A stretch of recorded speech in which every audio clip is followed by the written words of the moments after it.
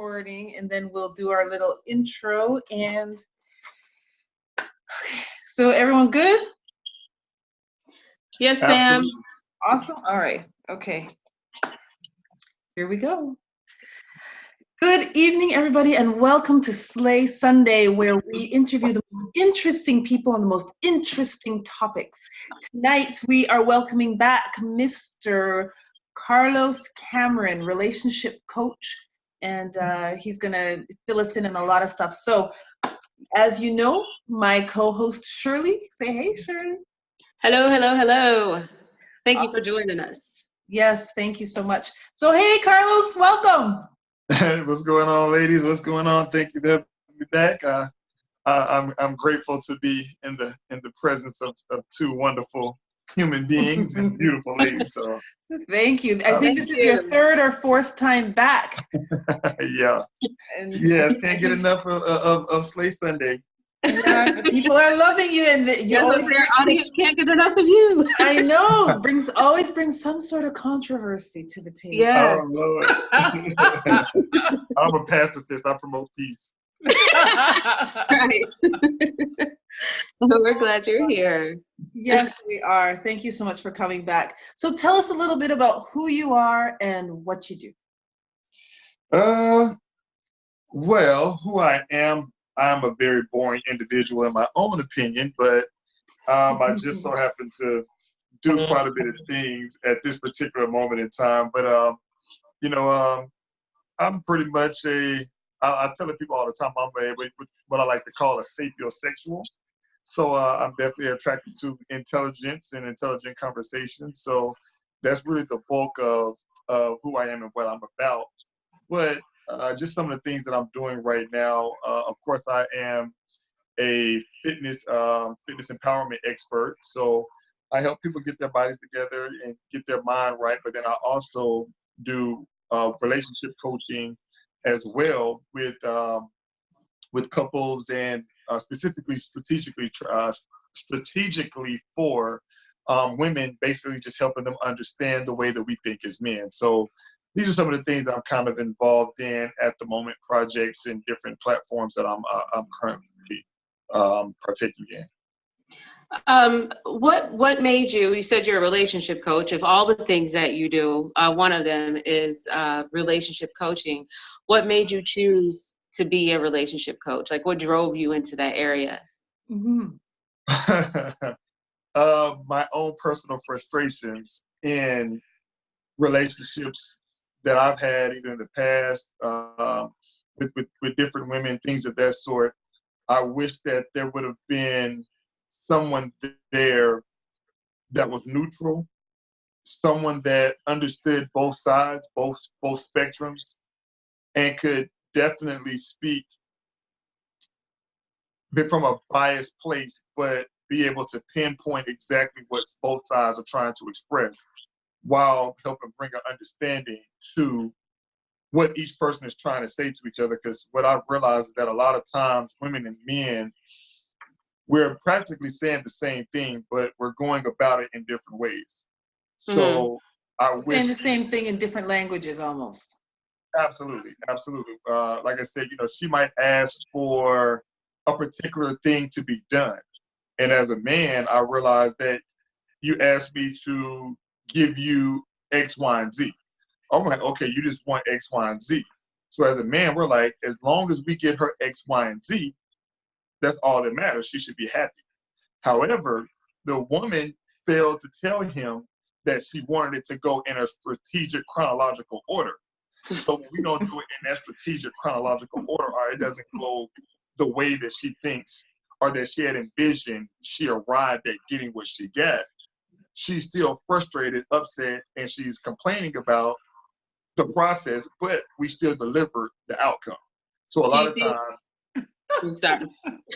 I wonder, like, do you think that it's because maybe sometimes we don't know what we want? Like, do you ever find that some women don't know what they want and you have to coach them through actually understanding like who they are, what they really want to say, or something like that? Honestly, that's one of the biggest things that I've found when I've been coaching women is that about 95% of most women even some married women, they have no idea what they really want. Women, what I've understood is that, I don't know if it's a, or hormonal thing, the estrogen thing, I don't know what it is. A lot of times, I think women, Careful, Carlos, careful. and that's why I am strategically phrasing this, but because I have, had a chance to coach and interact, even on my platform with tons and tons of women, I learned that it's not just isolated incidents, that it is a reoccurring thing that happens amongst women. Not saying that men don't do it, but I've come to see that this is something that occurs a lot with women, is the fact that 1 minute they'll say one thing, and in the same breath they'll turn around and swear that they don't want what they just asked for, and that they want something completely different. Even if you ask her what does she want to eat, and she'll tell you it does, or I don't know. And we're like, okay, well, what do you want? Where do you want to go? And she'll say, whatever you want to get. So let's just say he decides that he wants to go to McDonald's. When you get to want McDonald's, but he just asked you what you want, and you said it doesn't matter. But then when he picks a place, then you turn around and say you don't want it, but he asked you at the beginning what you wanted. So these are the things, and then they'll say, well, I don't want that. I want Wendy's. And then when they get there, they say, I really ain't for the Wendy's.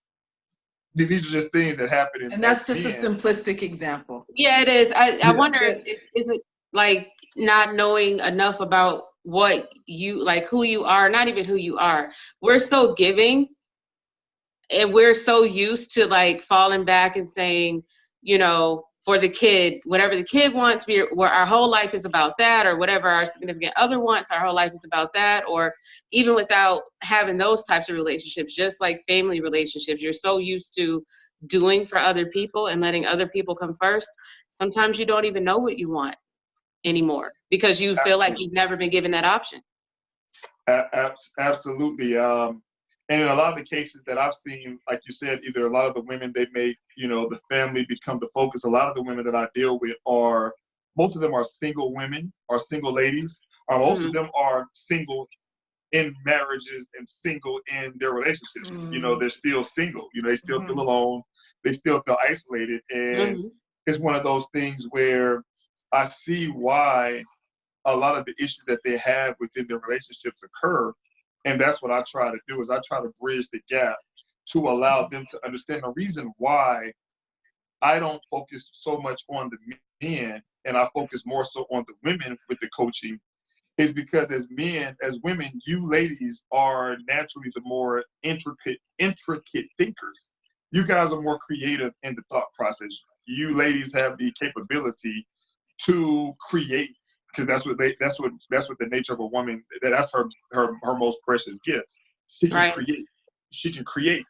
And unfortunately, depending on where she's at in her level of thinking, her maturity level, and her ability to gauge or control her vivid thoughts, or how rampant or how deep her thoughts go, determines what type of things she creates. And one thing I've found is that a lot of times, somebody can say one thing, and if you ask the woman, what did she hear? She'll say something completely different than what was actually said. And you're like, how did you get that from me saying that? Like, how did you come up with that?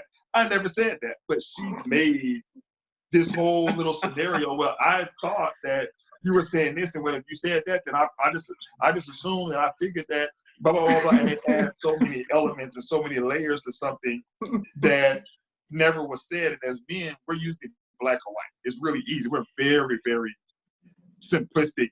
We're concrete. I'm almost, we're so simple, we're almost like dumb simple. And like almost like this, like I said, women, y'all are the complex thinkers. How can we not get you? Okay.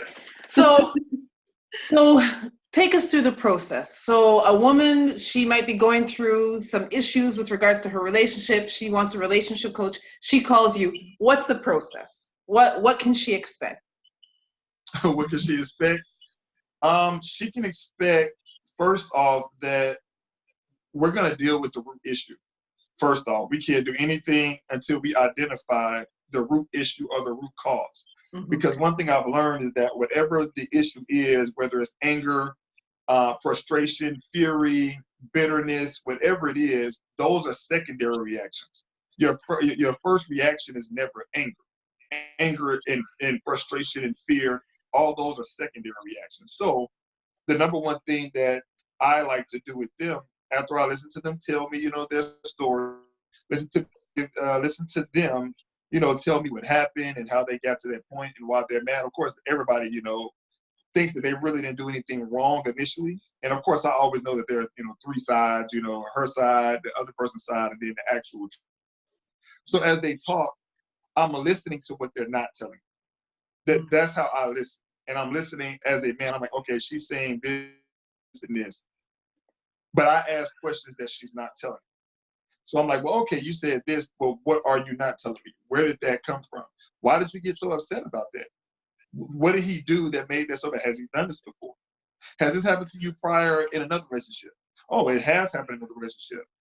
Is this a common thing that's been happening? Oh, yes. So when I start seeing, similarities, or I start seeing repetitive situations or repetitive things happening, that lets me know that we're dealing with possibly some type of childhood trauma, and we have to get all the way to the base and back to the very first incident in order for us to really start to identify and stop pointing the finger.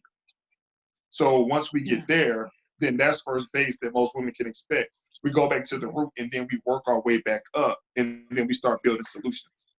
So it's about becoming aware.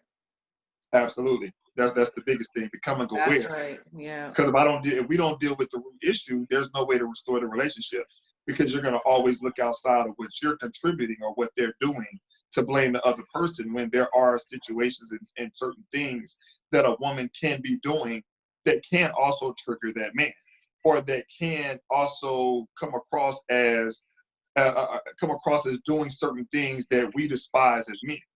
There are certain things that a woman can do to get her, where we'll ignore her ass, or we will, I have all types of tips, how to get it, why men ignore you, why men will eventually start to cheat, why men will start looking for other options, certain things, and there are certain traits and habits that go undealt with, but they are very self-destructing, to the whole relationship. Because as men, naturally, most men, now we got bad apples, but most men naturally, how you got that stigma, or always got that that phrase that all men are dogs. I know y'all heard that throughout the years. Never heard that before. Huh? What'd you say, Shirley?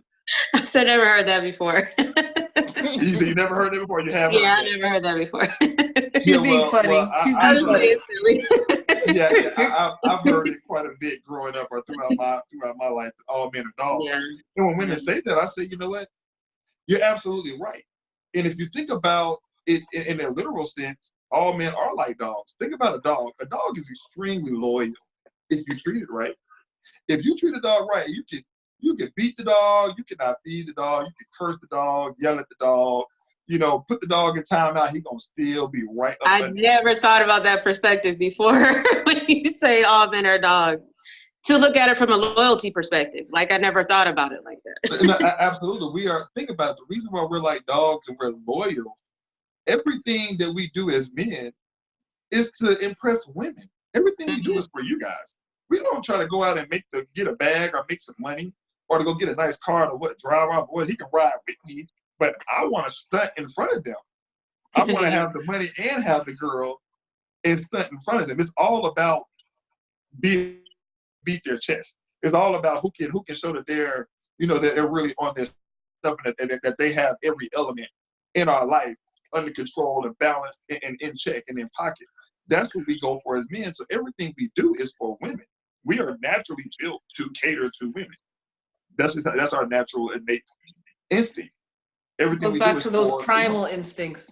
Right. Yeah, absolutely. That is our primal instinct. Everything is for women. So we are naturally built to serve women. So we are like dogs. We are very loyal. Everything we do is for you, ladies. Interesting. Yeah. Interesting. Very interesting. Yeah. It's an interesting perspective. A new perspective, right? Yeah. Well, I can say that I've been coached by Carlos in terms of relationship coaching. It is extremely insightful. I went in thinking I'm quite aware. There were things I wasn't even aware of, and he brought it out, and so it was just a really wonderful experience. So he is very good at what he does, ladies, and I recommend him highly, highly, highly. Yeah, we had an interesting time, Jen. That there were some things, but Jen, it's not even you. There are a lot of things that I found that women in their late 40s and 50s, even in their 60s, they were like, Carlos, where were you at 15 years ago? Or 20 years ago before I went through my divorce, I have known certain things, and a lot of times they had no idea why the men operate a certain way. Because as men, we don't talk for real. We're not going to really be expressive of our emotions, but we express them differently. We tell you certain things, but a lot of women don't see them, or they don't catch on to the warnings or the shots that we fire.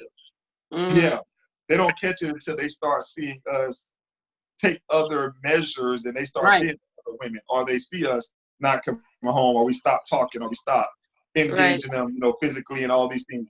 They don't see any of this stuff until after. So sorry, something with my speaker. But yes, they don't notice any of these things until after after we've already checked out. And by this particular time, it's too late for them. Let me see where my screen goes. So it's interesting you say that, because I don't know how many women consider going to see a relationship coach while they're in a relationship. Like, I don't know you probably don't have like a number or a percentage, but I think a lot of women, they do the after the fact thing. They've gotten out of so many different relationships or whatever, this relationship just ended, but it's not very common. Like, they might even consider a counselor or something like that for like the total relationship, but not necessarily going to a coach to see, what is it about me? Like, is it me? What are the things I can change or work on now before you get to that point where he checks out? Yeah. Well, and the thing, and this is why I tell people all the time, I say, even if you're in a relationship, the Understanding the Male Mind platform is perfect for you in a relationship, because there are things that you can take and there are things that you can improve, that even if your relationship or your marriage is starting to go downhill, or there's starting to be some type of separation. My ultimate goal in this was, my ultimate vision was, I want to at least help 10,000 women find husbands, and I understand that, a lot of us are of African American descent. And of course I cater to everybody, not just, one particular ethnic group. But I always give this stat to a lot of women, especially of African American descent. And I always say 12 million to 1 million. And I ask you guys ladies know what that means. 12 million to 1. There's 12 million women and 1 million men? Yes, there are 12 million more African American women in the U.S. than men. And I'll confirm those numbers, but then Black men. So that lets you know about the percentage or the chance that a African American woman has of marrying an African American man. And then understand, half of our men are locked up. So half of our men are locked up in jail. And then the other half, now with the, LGBT, Q community and all that stuff going on, a lot of them are a part of that community now. So now they just cut your percentage down to less than, 80 to 85% in the U.S., 12 million to 1. And that was before, and that's counting the jail population. So my goal is that when women are able to find a man that's finally not married, or to find a guy, that's out here, to help them not look like the average chick. Because I think, as I discussed in one of our previous talks, months ago, where I said a lot of the good women are some of the basic bomb chicks have learned how to emulate and imitate what a good woman looks like. So now when you do certain things that normally would make you stand out, they've learned to master that. So we see it all the time. So what my goal is, and what I do with the ladies, is I teach them what I would think would stand out as a man. And because I have had, my fair share of experience from every background, lawyers, doctors, beautiful women, regular women, I have a chance to interact. I know what I would be looking for, and I know what would make a woman stand out to me. And if I can get if I could tell them what I know would stand out to me, and I played football. I played on the pro level. I was in the locker room. You know, I was around all the guys with money they would chase. My friends are doctors, they're lawyers. I'm around a lot of the high profile type of men that women want are those men. And we all typically are built the same. We all typically go for similar things. So my goal is to give them the hacks, give them the men hacks, give them the hacks to, I have a question. Go for it. I'm not trying to get into all your business, but what is one hack, like for somebody who's listening right now and, you know, they want to know, well, what's that one thing? Like, what's that one thing that's going to make me stand out? Or is it on a case-by-case basis? Like, do you have to get to know the person first?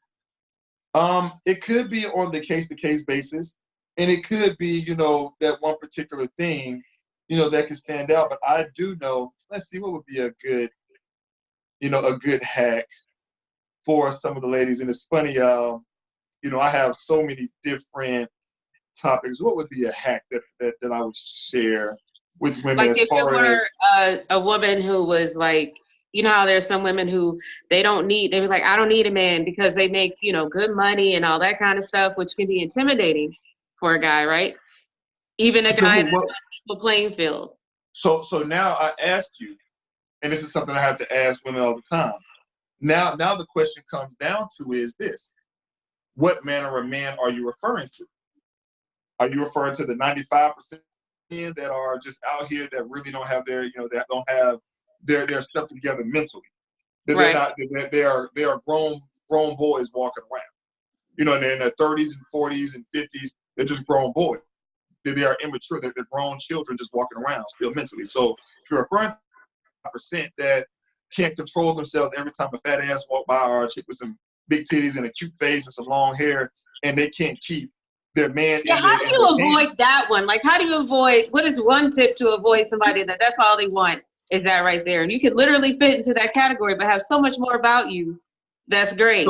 So you know what? Can I interrupt because having been a client and I think I can answer from a different perspective. Go for it, Jen. You want to go for it before I go? Because you know I'm going to. Okay. So you know how I often talk about how what you think about, you're going to attract, right? What you're thinking a lot about, you're going to bring that into your consciousness. So one of the things that Carlos does is that we go through this process of red flags. What is it that you actually want, right? And then the things that you don't want, we call them red flags, right, Carlos? Boundaries, red flags, out of bounds, yep. Right. And so once I did that, when a man approached me, if one of those red flags were there, then I knew right away, stop. Don't even bother moving on and talking with that person. Because it's just, what we do as women, I find, is that we're very forgiving. We think, oh, that's okay, I'll help him, I'll change him. Right? Yeah, so that's the biggest, I'm sorry to say it, it's like the most, I don't want to sound judgmental, but I see it so much. I see it so much that some of the best women become like, they want to be somebody's caregiver or try to change them to be what they need them to be. Or I feel so sorry for him, you know, as if you don't deserve to have someone to care for you too. Exactly. You know what I so mean? once you have that list and you know, then it kind of weeds people out and what you want comes in. It's the weirdest thing, but it's not, because it's something that we talk about all the time, Shirley. Like, we're always telling people about how you have to be careful, be mindful of your thoughts. You attract what you think about the most, or, you know, so it makes sense. And like one thing I think about, like for what we're talking about right here, the minute you started to say something about mindset or what you think about, when I was single, I remember always thinking to myself, nobody would ever like me because I'm not shapely. I'm not the person that men typically look at, right? You know, and I would always be down on myself. And like me and my friends would go out, we're all single and everybody's talking to them, but nobody really talks to me. But then when I'm not in that environment, everybody's talking about how pretty I am and all this other BS. And I'm like, there's no way, because nobody wants me. But I think that it was my thought process of nobody could want me because of what I feel like I'm not, that pushed people away. push the right person away until I found the right person. No, or until you change your mindset. And what I want to speak to, yeah, you're right, mindset. Because honestly, I stopped thinking about that. Like, I got to a point where I was just like, and it wasn't even that I wasn't thinking about what I wasn't or was. It's just I wasn't thinking about it anymore. I was just like, I know that I'm trying to do something for myself right now. I'm trying to make a life for myself. I'm trying to build my career. And there are things about me that are good. And if you don't like it, I don't really know what to do about it, but I'm not going to focus on that anymore. I'm going to try my best to just enjoy life. Absolutely. And what you're speaking to, Shirley, is, as you know this, you never attract what you want. You attract what? You attract who you are. Oh, shoot. Okay. See, I pop quiz. But I got it. That made me stop in my tracks when he told me that. I was like, oh. Yeah, and I tell people that all the time. It's just, I don't know why I didn't think about that just now, but yeah. You never attract, you never get what you want. You always attract who you are. You can't, one thing about it, and you talk about not getting fooled and things of that sort, and what Jen was referring to for everybody out there, what Jen was talking about, what I did with Jen is I have this thing that I do. It's called your top 5 strengths and weaknesses. And it's a test that I have all the women take, because this helps us identify their patterns and their habits based on their strengths. So once we identify their strengths, if you want to know what your greatest weakness is, you have to identify your greatest strength. They go hand in hand. So like I said, if I know I'm a very loyal person, I know my loyalty is something very, very strong and valuable to those that are close to me. But a lot of us end up turning around being loyal to a situation that we should have walked away from, or we just stayed for way longer than we should. And so now our loyalty, which is a very, very strong and a good strength, now becomes a weakness, because now we get taken advantage of. So what we do is, and what I did with Jen and what I do with a lot of the women, we identify the strengths and I make sure they know what their strengths are. But then I also say, so because of your strength, you know you can't date this type of person because y'all will clash. I don't care what it is, once you create your boundaries, if any one of those boundaries are triggered or checked, it is a no. You get away before you get involved. And one thing you talked about, Shirley, when you were talking about how, and Jen, when you guys were talking about how y'all see beautiful women and they want to get in with the man and, you know, they just want to help him. No, that's not the root issue. Now I feel sorry for him. No, she feels sorry for me. And really that is a scapegoat to the fact that she's alone and she's afraid of being alone. So she's willing to compromise with him and meet him some way just for the sake of having a body there. So because I am lonely and I'm afraid that I might not find that person, I'm getting older and my eggs, and I don't know if I'm gonna be able to have kids, and I don't know if this. So women, this is where we talk about the intricate thinking, and depending on where they are in their mind and how sharp their mind is, they do it to themselves as well. You guys start creating all these scenarios and all this stuff, and you put yourself in a panic, you stress yourself out. And then the moment that you find a guy, if he's halfway decent, you're like, okay, he's halfway decent. I'm going to hold on to him. I'm going to see if I can make him what I need him to be long term. Yeah. But I got one right now, so I'm going to hold on to him.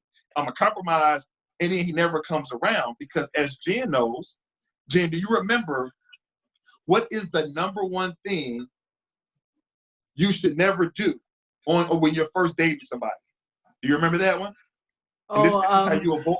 And Shirley, this is how you avoid getting taken advantage of or getting that type of 95% type of guy, so you can pinpoint on the 5%. If you focus on this, this is one way to keep from being lied to, or keep from meeting a guy that's just doing anything. This is how you get a guy to tell you. Do you, Jen, what's the number one thing in my top 5? What you should never do? Do not tell them what it is that you want and what you're looking for. Absolutely. Because they will become it. So there's the hack. Anyone who's listening, there's the one hack. Say it one more time. Do not tell a man that you just met what it is that you are looking for in a man, because he will, whether consciously or subconsciously, become that, whether he actually is or isn't. Ooh. Never tell them. Never tell, especially when you're first meeting somebody, especially within the first couple of months, first month or so. Don't ever tell them. Don't tell them what you're looking for. Never tell him what you're looking for. And that's the first thing that you ladies do on the first date. You go out, you meet him. Okay, I got a man. There's a man here. Oh my God, I might be able to get hell tonight. I might finally get some. I ain't had none in 7 months. I ain't had none. You know what? Some guys ask that question though. Some guys do go ahead and try to cheat the system. And ask, what are you looking for in a girl? I mean, in a guy. Like, what are you looking for in a guy? They'll ask you that. But watch this, Shirley. Watch this, Shirley. I never ask them what she's looking for. All I'm doing is I'm coming to the table with my resume. If you like my resume and if you like what I have to offer and what I built, then you will accept it. If you don't, then that's fine. It doesn't work for you. I don't. Kind of see that as a second hack. I kind of see that as a second hack. He comes to the table and says what he's about versus, you know, him asking you, what do you want? Yeah. That's a sign. But let's see, understand, and this is why you never tell him what you want. And you have to understand the question can be formulated in different ways. I could come to you and I could say, you know, Shirley, and of course we know Shirley's married, but I'll use her for an example. And if we had, you know, any listeners out there that are listening, I could take a listener, and even though I just said what I said, I'll say it like this. I'll say, you know what, Susan, or I'll say, Shirley, you know, I know we're on this date together, and, you know, like I've heard about it, and let's say you have kids and everything. I'm like, so you have your son, you have your daughter, you know, you're a beautiful woman, you know, you've been doing this by yourself, all this for so long. I don't know how you've been able to maintain this. He, as a man that is now coming into your life, or someone that's interested in being a part of your life, like, what does that look like for us for me to get on the same level or be on the same page with you so that I can be a part of your life? What would you need me to do? What are you looking for us to merge and mesh? That's another way to ask the same question. But you know what happened? Most women will, even though I just told them not to tell them nothing, if I asked it like that, you'll probably start spilling the beans. Yeah. That's like a sales tactic too. Understand.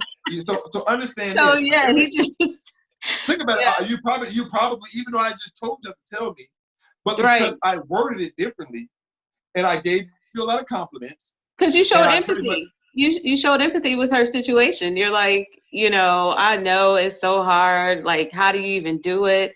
You know, what would you even, you know, what could somebody, you know, like me do for you in this situation? Yeah. It sounds like you're trying to sell free, but I get it. Yeah, what do you need? What do you need to? What do you need from me? What do I need to do to make your life? What can I do? You know, and of course, you know, you got to think about. I know a lot of ladies have come in and said, "Oh my God, I don't know, it's just something about you while I'm here, and I just feel your energy, and like I've never really felt this. You sound like you care. Women, you sound like I've never really felt, you know, this type of connection with a woman. But it's something different about you. I mean, you're beautiful. You're smart. Like, I don't know what this is, but it feels great. Like I don't want to, you know, run the risk of not being able to further this or see what this can turn into. So what do we need to do? What do I have to do? What are you looking for us to be able to build on this? I just asked you the question again. You did, and that's 3 different ways. I hope you listeners heard that. He asked that in 3 different ways. Ladies, the response is just be you. Let's just see where this goes. The response is what Jen said. The response is, and when women ask me, even when as I date, and women get frustrated with me all the time, is because they're like, "Oh, Carlos, what are you looking for?" I'm like, you know, just be yourself, you know, and whoever you are, if it works for me, it works for me. If it doesn't, it doesn't. You know, or they'll say, "Well, I mean, what does that mean?" I said, "Listen, you know, well, what exactly are you looking for? You're not telling me anything." I said, "Look, I'll know it when I see it. See, it's not for me to tell you what I'm looking for. How else will I know it's a divine connection? You know, and whatever God you believe in, the universe, you know, whatever God you serve, how do you know it's a divine link? You said something within yourself, and you said, these are the things that I would like for the man to look for. And if you never said out your mouth and he was everything that you wanted and it showed up, you know it's divine. But if you open your mouth up and you give me the blueprint, understand everybody has a motive. Even the woman has when she goes out with the guy, and every guy has an agenda. Like I said, whether it's me trying to get the booty, is me trying to have a place to live, or I'm trying to get some money, whatever it is, whatever his agenda is, everybody has an agenda. So my thing is, when I ask you that and you tell me what you want, you just gave me the blueprint. Why would I do anything outside of what you tell me? Right. I have a mission. I am on an agenda. I am trying to get something. Why would I do anything else outside of what you tell me? So the moment you tell me what you're looking for, even if it's not me, it's new. We in the honeymoon stage. You know, at the end of the day, a new booty ain't no booty like new booty. That's a little something they say. Oh, it's a new booty. Ain't no booty like new booty. Okay, this something new. You know, all right, well, I'm already in here. Well, you know, okay, she asked for what? You know, she ain't asked for a whole lot. I can do that for a little while. Yeah, I was gonna say I can fake this for us. Oh my goodness. Look, okay. Sometimes it's not even. Sometimes they don't even feel like it's faking. They're like, okay, you know, it's new. You know, I like her. I want her to know that I'm willing to bend. I'm willing to work with her. You know, it's not me, but I'm willing to try something new. But I think it's so long before you can not act in authenticity. You know what I mean? It's only so long you can operate out of authenticity. Absolutely, which goes to my other number one thing. And I don't know, Jen, if you remember this one. So Jen just told everybody what is the number one thing in my top 5 things that you should do on a date, or when you first meet somebody. There's 5 of them. The number one thing is never tell them what you're looking for. You know, now when I say this, if you can state long-term goal is, but all the little stuff in between that builds up to that, you don't give that up. You can say, you know, you can be very definitive. Look, I am dating with a purpose. I'm looking for a spouse long-term. I'm looking for marriage. You can say that. You didn't tell them nothing. You never told them how to do it or how to get you there or what it's going to take for you to, you know, to give them that. So you can say that. All right. So never tell them what you're looking for. That's the number one thing you should never do when you're dating, when you're just now starting off dating somebody. But then I have the number one thing that you should always do when you first meet somebody, well, especially within the first couple of months. Do you remember that one, Jen? What's the number one thing you should always do when you are dating somebody? I don't remember. I don't think I remember. Believe none. Oh, believe none of what you hear and all of what you see. Nope. Woo! No. But believe none of what you hear and half of what you see. Yeah. Oh. Don't believe nothing. Either way, it's tricky. Don't believe anything that the man says. Even with women, I treat women the same way. Don't believe nothing that they say. And when I say don't believe it, you can hear it, you can store it, you can process it in the back of your mind. Okay, the bullet point, you just take it in notes. But you never take anything that they say to heart. Don't let it get you here. He started complimenting. Don't let it pull on your heartstrings. Not initially. Don't let them get on your heartstrings. That's the play. I can pull on your heartstrings. Like when I was talking to you about, you know, oh my God, I understand. I was empathetic. And when I hit you with that empathy, you feel like I understand you. I start breaking you Open down. up. No. Yeah. Yeah. Never. Don't believe nothing. I don't care if you do believe it. Don't take anything seriously. Take nothing seriously, at least for the first month. Nothing that they say. You can still engage in conversation. They say something, you're like, okay, I hear you. Okay, I hear you. And I've been out with women, or I've talked to chicks, and they were telling me this stuff, and I'm the type of woman that does this, and I'm this and I'm that, and I know that I can do blah, blah, blah. And I look at them, I said, okay, good. They were like, what, you don't believe me? I said, I don't have to believe you. You know, I hear you, though. They're like, what do you mean you hear me? Like, you don't believe what I'm saying? I said, listen, if that's who you are, we'll see. We'll see. I don't have to believe you. And I use the example of this. I always say, at the end of the day, Jen and Shirley, you ladies have been women for, 20-something plus years now, right? So if I think 20-something plus for 20 plus years now, times 2. look, hey, I'll be 40 next month. Actually, 40 in 30 days, but I'll take 20-something. Look, nobody tell y'all to start add on to numbers. We just let it open.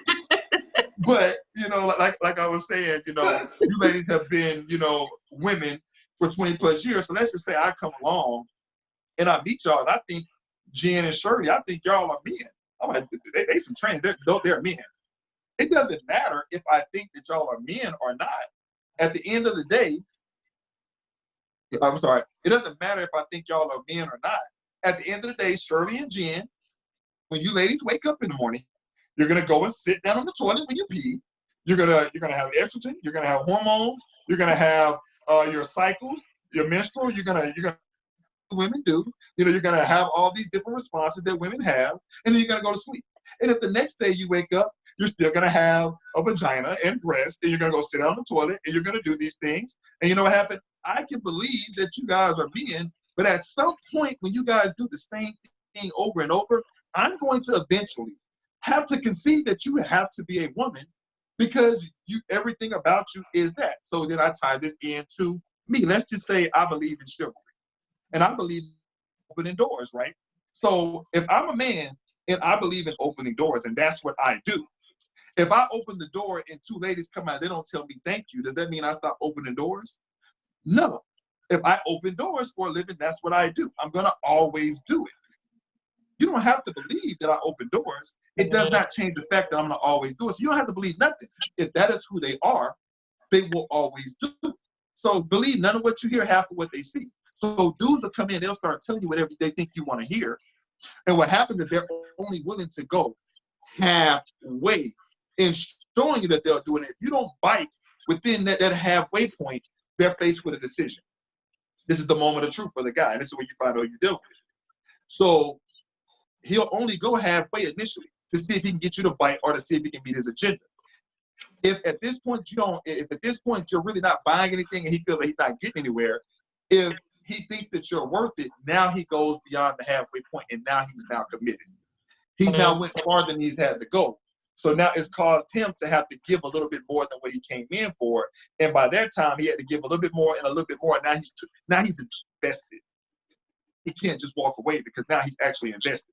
But the thing is, if you're dealing with a certain type of guy, he'll only go halfway and he'll be like, oh, no, this is too hard, and he'll leave, which is what you want. So you don't get taken advantage of either way. Don't believe nothing. So you want to weed out the bad ones. Yeah, it's a like weed out. That's a weeding out kind of. Yeah, believe nothing. If he opens doors for a living, he gonna open them whether or not you believe he opened them or not.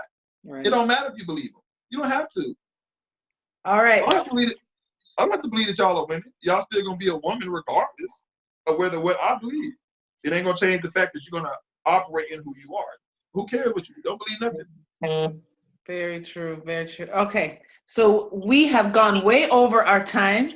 However, the conversation has just been amazing. Carlos, you're gonna have to come back. Because it's always that way. We always have to have him back because but the conversation was so good. And the funny thing is, we didn't even get to some of the stuff we wanted to talk about today. So Carlos is going to be back on the podcast that's going to start in the winter. So make sure that you come back to hear about his particular journey. Today, Carlos gave us two hacks. One was, number one, Carlos? The number one thing is for those ladies that are dating, believe none of what you hear. I'm sorry, the number one thing to do that you should never do. The number one thing you should never do when you're first dating somebody is tell them what you want. Right. Don't tell them what you want. And the second thing is the number one thing you should always do when you're dating somebody is believe none of what you hear. Don't believe nothing they tell you, and only believe half of what you see them do. Doesn't matter. And I know this sounds cynical, ladies. However, it works. It works. So if you want to hear more from Carlos, if you want more wisdom, if you want the other 3 hacks, then you need to contact him. Carlos, how can we get a hold of you? So how you ladies can get a hold of me, you can find me. My Facebook, I'm revamping it right now. I'm making a pivot back over there. So I'm going to be rebuilding my platform on Facebook. But on my Instagram, it's just my name, Carlos, Carlos. My last name, Camryn, Camryn, again, Camryn. So Carlos Camryn on my IG. So just Carlos Camryn on IG. And you can follow me there. And I pretty much have all my platforms and everything on my IG. So that's where you can find me. You can find his website there too. Oh yeah, my website. Yeah, www.carloscamryn.com. Okay, so all the ways to get a hold of you, everything is the best way to get to you is through your IG, Instagram. Yeah, IG. Yep, my IG or Instagram, or you can also leave a message on the website. But yeah, definitely inbox something like that. Like I said, I do the top 5 strengths and weaknesses. It's something that I do with any of the women. I have a lot of ladies that call me, and Jen is a testament. We've actually done hers. Can be very effective, and I pretty much do those with women as well. So, yep, yeah, you can find me there.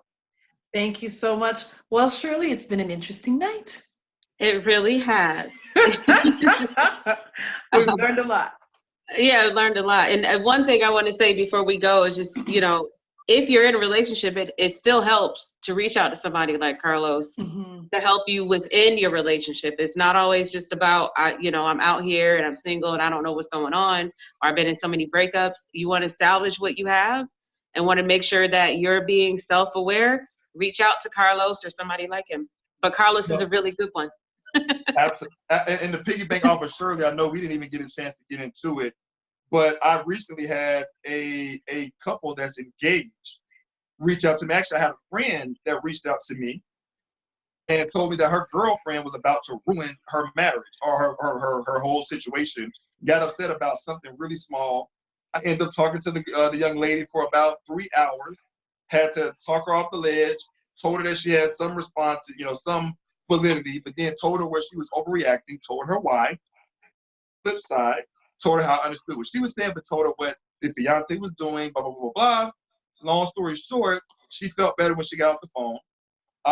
The next day, I get a text message from a random number saying, "Hey, you spoke to my wife. Blah blah blah blah. Could you give me a call?" Picked up the phone. It was the husband. I called him. I guess in the wife's madness, when she was going on her tangent, she was just calling people and going off. She had called the marriage counselor and told him what happened. Marriage counselor texts the fiance, and I guess when I was talking to her for the bulk of the 3 hours, I guess he was right there and the phone was on speaker. He never said anything, but he was able to hear everything I was saying to her. So when he had the marriage counselor call her, or when she had the marriage counselor call him, and when she told on him to the marriage counselor, he was like, man, forget that old man. He said, she be running over this old man. Like, this old man can't handle my fiance. She's like, give me the dude that you talked to yesterday. I want him. He said, that's the dude I want. So what I'm doing now is I'm doing alternative coaching for couples. Because I'm like, I told him, I said, I'm very unorthodox. And I said, I just call bullshit. And that's what it is. I check everybody. I said, I'm very unorthodox. So I have a lot of different activities that I have them doing. That's going to help them understand each other. And when she's wrong, I tell her she is dead ass wrong. And I talk to them like this. Like, I have a real conversation. I said, so I'm able to really get my hands dirty, outside of the counseling arena, because it's more so a coaching experience. So I actually start with them, actually the 1st of October, where I'm coaching them for about 12 weeks. Just on, couples coaching and things of that sort. He was like, nah, he said, I want that guy. So, but like Shirley said, even if you are in a marriage or are in a relationship, there are things that I can tell you as to how you could be even provoking. I even have I have a bunch of different topics that I'm putting up. And one of them is, you guys are going to have to tune back into Jen's platform, Slay Sunday. You have to tune back in. By this time, I might give up this one, but it's how women help influence, provoke, and almost how women influence and provoke their man to step outside the relationship. It is something that women that's controversial. Listen, are you saying it's our fault? Listen. Uh-oh. I'm just kidding. I know. It's wicked. I'm going to say this. Listen, y'all know me. It's always a method to my madness. I can always back it up. I can always back it up with facts. And the reason why I can back it up, and I've only told it to maybe 1 or 2 people, and when I said it to them, they were like, oh my God, Carlos, I get it. I see what you're saying. Don't tell them. They're going to have to come back to get it. Yeah, you know better than that. They got to come back. They got to come back. They got to come back. So anyway, that's some more stuff. So we definitely have more to come. But for just general stuff, you can definitely check my platform out.